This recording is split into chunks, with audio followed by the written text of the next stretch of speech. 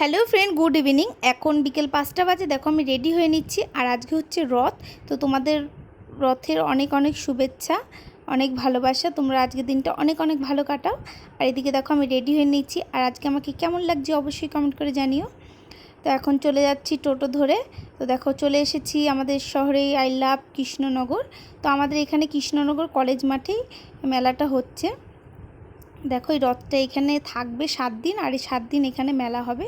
তো এত ভিড়, আজকে ফার্স্ট দিন তো এত ভিড়। তো ঠেলে ঠুলে রথের কাছে গেলাম, রথের দড়িটা ধরলাম। টানতে তো পারলাম না, এত বড় রথ তো আমি টানতে পারবো না। তো এখানে প্রণাম টনাম করে নিলাম। তো এইখানে প্যান্ডেল করা হয়েছে, এইখানেই ঠাকুরগুলোকে রাখা হবে। আর এখানে আমি দেখছিলাম আমার গোপালের জন্য একটা জামা।